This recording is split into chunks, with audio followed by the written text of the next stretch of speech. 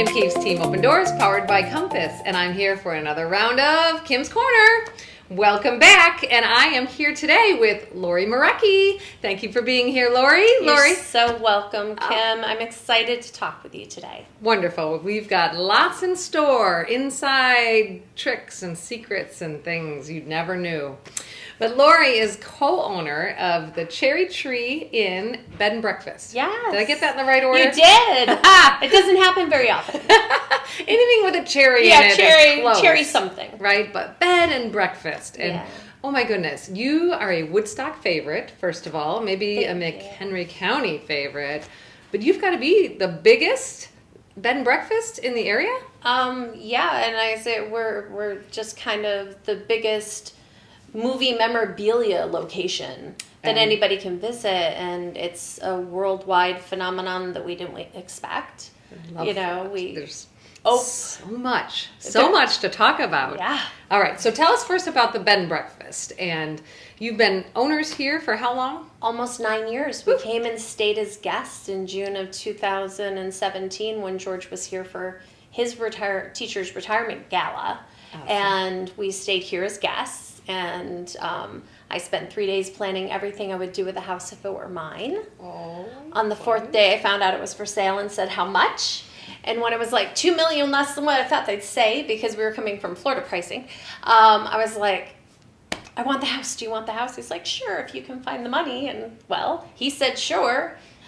I wasn't kidding. So I wrote an entire business plan while he slept on the plane on the way home. And the next day I was like writing everything down and made it happen. And we were here. We closed on the house August 31st. The same year, yeah. Same year. Love it. And opened 3 weeks later to a full house. Whoa, that's crazy. Well, it was crazy that we sat out on the porch our first day here and people started rolling up and taking pictures. And it was like, oh, that's nice. And then people got out of the car and they were like, can we stay here? I'm like, no, not yet. We're living in the B&B while we wait for our furniture to get delivered for our apartment. And one of our first guests was from Thailand, who was here to visit the Blue Lotus Temple, where her and her friend, who were teachers, had visited the one in Thailand and wanted to come visit this. So there's so much. There's so much that brings people in that you would just never know was here.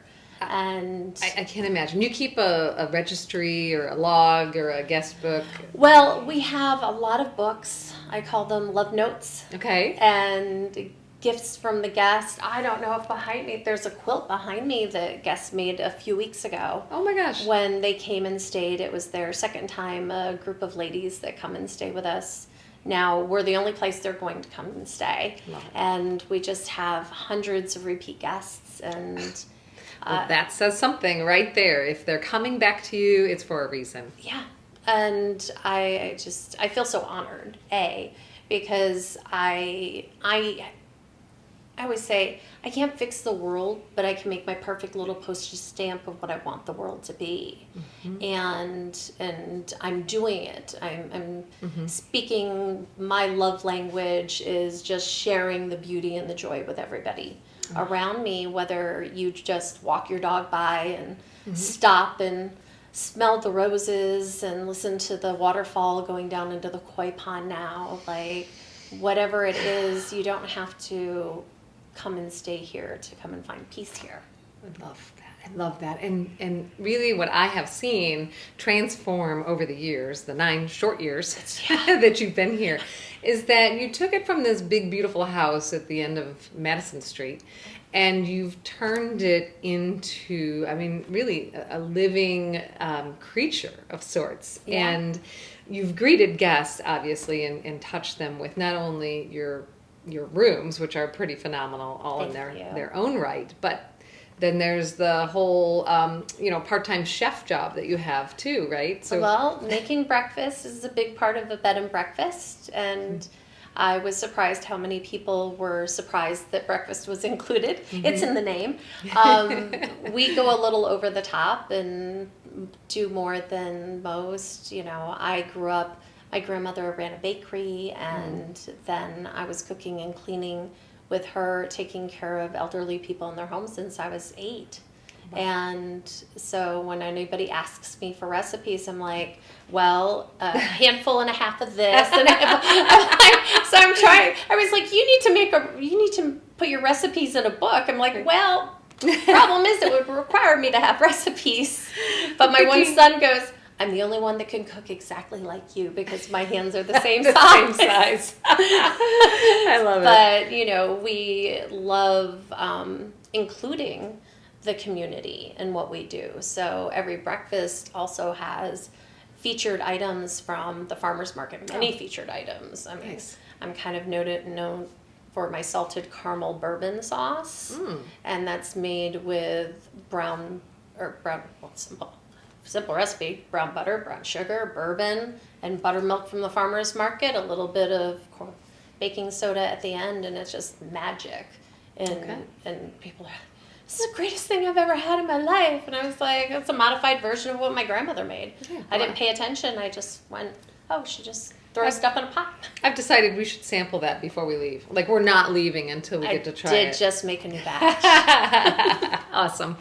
You know, so then aside from this and that already, but then there's the gardens outside, because that is truly a new spectacular piece of this amazing puzzle. Which was always my vision. Mm-hmm. You know, I stayed in a room called the Garden Suite, and I looked out and there were no gardens to look down upon.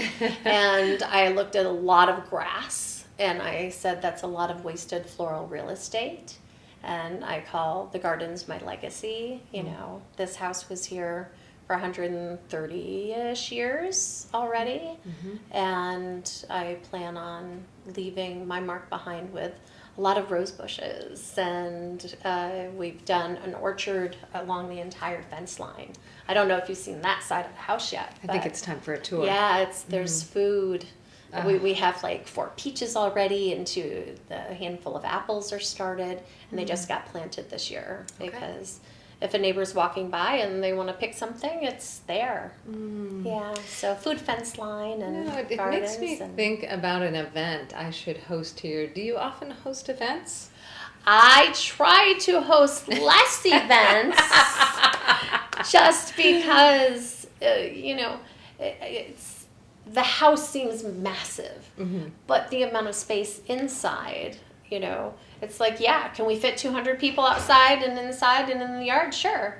But if it rains like it did yesterday, we have to be able to move everybody inside. So I try to keep it down to, you know, 15 to 25 people for events. I say we're best suited for mixing cocktail style, appetizers. Everybody mingles and hangs out and relaxes. But having big, you know, events where everybody wants to sit down and have dinner together. We don't have a room big enough to fit everybody in. Right. So. It's important to know your niche, you know, just what you're best at. Well, I say, especially with weddings and everything, when we were adding the ponds and the patios and the staircase and the koi garden patio down at the bottom, and everybody's like, oh, is this so you can do more weddings? I'm like, no, it's so I can do less. Exactly. I'm taking away more lawn. Less real estate, that's right. I'm taking away the lawn. The whole idea of a bed and breakfast is just so romantic, really. It is. And it ties into kind of the next question I have for you, because as I, you know, romanticize in my head what it's like to do or be, or, you know, doesn't everybody want to own a bed and breakfast when they grow up? Yeah. And but you touched on it a little bit with the movie aspect, and if I'm not mistaken, there's been several movies that have been filmed here in part. Tell me a little bit about that adventure. Well, Groundhog Day was filmed when I was still in high school. George was in college, so he wasn't here when it was being done. But I said I wouldn't consider myself a success until I had a gardener and a Hallmark Christmas movie. And I have a part-time gardener. I have, which is really kind of full-time because it's a lot of work out there now. Right now. I added a lot more work. And we have 2 Christmas movies. One came out 3 years ago on Hulu, and then this year on Roku. And tons of other streaming services, but you know, those are the main. And it was so much fun. Nice. And I love just I say I've turned codependency into a success story. I get my joy out of making other people happy, so I'm just really selfish. Okay, that's fair. like that's just who I am. What a way to turn it around. Yeah. So I know I've almost been an extra in one of your movies that I've hosted here. Have you ever had a guest want to be one of the extras or actually participate? I did. Well, yes. So Santa Mark, we have a local Santa who is just wonderful, and he got to have a cameo. That was an interesting predicament with the number of extras that we had in that one day, which really could have been narrowed down to about 15 people instead of 60. Just saying. So you live and you learn. It was their first time doing a Christmas movie, and you film 12 days of Christmas, and it has to be narrowed down to an hour and 40 minutes. Okay. You know, a lot gets cut. Wow. And a lot of people got cut. I felt very bad. So, well, it's an experience. Something to say, it's the movie. Right. It's the industry. Yeah. It's not for the weak. And I'm here the whole time, so most of the decor and everything that's in the movies is all from our collection. Okay. So it's kind of nice for them. They don't have to go and rent and buy a bunch of stuff. Right. So, well, if I'm filming a movie, I'm going to call you. You can be in my movie. I'm bossy. I'm like, that is not how I taught you to wrap a tree. I'm like, fluff that tree, wrap that ribbon, wrap a ribbon around your fist, and then go to the next one. And it's like, it became Lori Christmas Decorating 101 for the set designers who had only ever worked on horror films before they came here. Oh my gosh. From horror to Hallmark. That's a big leap. And then it was almost the same full set that came the second time around. So they knew exactly what to expect, what to do, where everything was. I raised them up right. That's fun. I love it. So tell me a little bit more about your bedrooms in this spectacular home. They all have names, I'm assuming. They do, and they're all trees. I'm nature girl. Okay. So we have the Magnolia Suite, the Black Walnut Suite, the Cherry Blossom, which is our favorite because that was the room we stayed in. That was the garden suite, no gardens. Okay. But that one has the jetted tub. Oh. So every room has its own private bathroom, smart TV, Wi-Fi, internet. I say it is your vacation. It's your time away. If you want to spend it curled up in pajamas watching TV the entire time to be away from your kids, more power to you. But there's so many things to go out and explore and do. And we just try to give our guests as much of the time that they want with us, as well as space. Sure. So we offer, guest history tours of the house because the house had amazing history before Groundhog Day was made.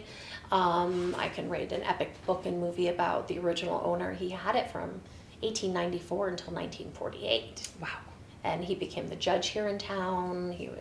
He went from a kid working on a farm locally to passing his bar exam without ever even going to high school. Wow. Yeah. So that's epic impressive. Stories. Okay. Yes. And he was gorgeous.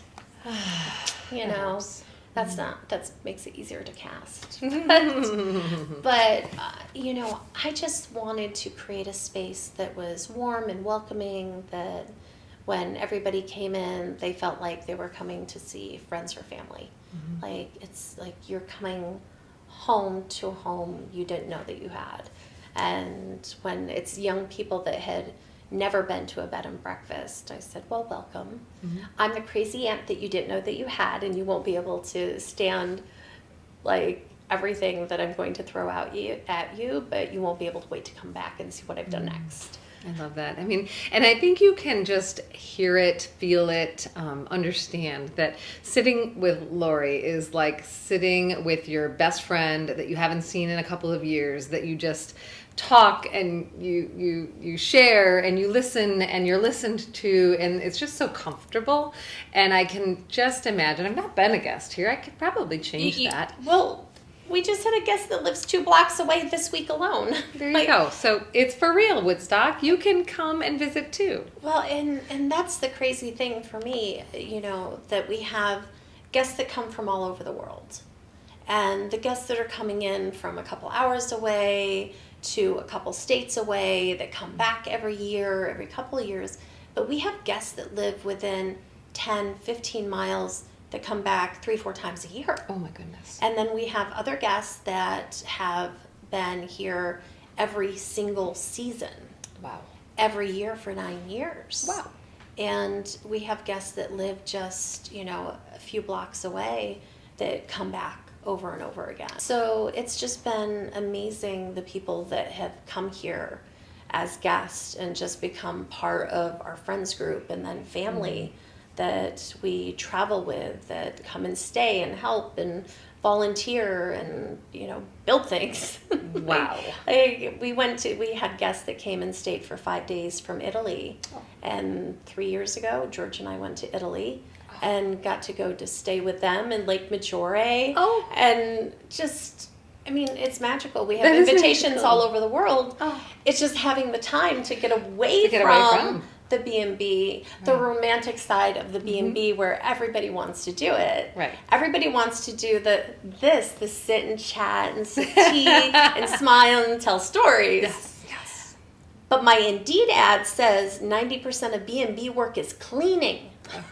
So it takes a lot of behind the scenes to make it look so pretty and nice all of the time. Imagine every nook and cranny being cleaned. And how many bathrooms? 9. 9 bathrooms. There are 9 bathrooms in the house. So 8 bedrooms, 9 bathrooms. And our whole apartment on the 3rd floor, which, by the way, is the last thing to get cleaned and touched ever. Sure. So I always say it's like I have a big bougie dog kennel up there, but now we're down to 1 dog.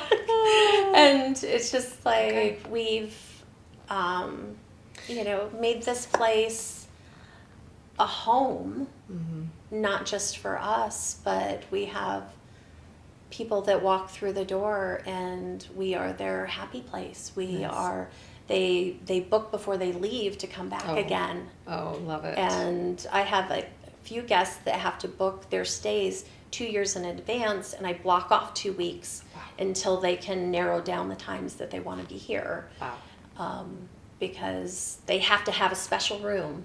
Oh, everybody has, and we have guests that come back and want to try all the rooms. Oh, okay. And then we have guests that are like, who's in my bedroom? I'm like, I'm sorry, Cheryl, for one night you've got to sleep in another bed, but you get the bathtub, but she's been coming the entire time since, we opened September 21st, 2017, and she arrived here on the 29th.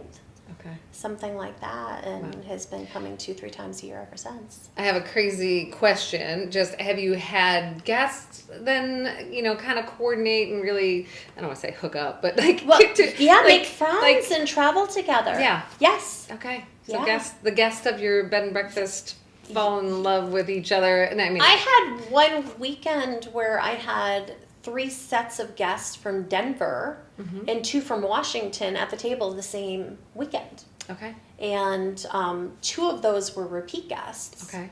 And in that 1 2-week span, I had 14 sets of repeat guests. Wow. Who then, I don't even have to do the work. They're just like, you have to come back. You have to see it in this Christmas. Right. You have to see all the decorations. You have to, it's just, I say, I've never had to okay, we can try that one again. I say, I've never had to advertise because, the pictures, the word of mouth, the friends telling friends, and the guests that made this sweet quilt behind me that took pictures off of my Facebook and put pictures of the house and me and George on it. They're coming back. They've rented out the entire house. Not them. One of the women and her husband and all of their friend group oh my goodness. is coming back. But they want to have, the lighting of the square weekend. Oh my goodness. But the Taylor family's been having the lighting of the square weekend Right. almost every single year Oh gosh. since we opened. So what are we doing? So Well, we have a dilemma. We need another house. So here's the. I already did that. My baby had to have a baby because I had to one more house. It's just one more, just a block away. Yeah, no. I'm out of people that want to run B&Bs. And like, okay. you know, All right. my kids decided that I'm too much. I'm like, literally, it's just like everything's written down. I have very clear and concise, you know, directions, policies, and procedures to make it always look perfect. And when you clean, and you know, and you that way, if you get interrupted, Absolutely. I did not think I was that special before I started doing this. Okay. And now I think I'm pretty damn special. I would agree. I was like, when you know it, own it. And it was like, my son's like, you're so pretentious, Mom. And I was like, no, I just know my own value and what I've seen and what I've put in. And, you know, for me, I just moved the bar forward for myself. I'm not trying to impress anybody else. I'm just doing what I love. And know that the people that would want to have this as part of their stories. And speaking of love stories, I've done over a dozen weddings here for guests that came and stayed. And then came back and got married. Oh my gosh. All right, but the sweetest one was our very first weekend that we were open. A mom called because her son was in college and he was coming to visit family here in town, and she didn't trust the hotels, but he's a really good kid, and it's him and his girlfriend, and it's a big deal. Well, that was 8 years ago when they came back. Has it been 2 summers now? They came back and got married. Oh. I know. That's adorable. And then Mike and Judy, who on their first date, he brought her to Woodstock. Because it was like, oh, you like Groundhog Day? I like Groundhog Day. I know where it was filmed. And they come here, do the whole Groundhog Day tour. And their first kiss was in front of the archway. And then they came and they stayed with us our very first Christmas week. Woke up here on Christmas Eve. And the most magical Christmas that they'd ever had. And then we became friends. And within a couple of years, they were getting married, did the whole thing.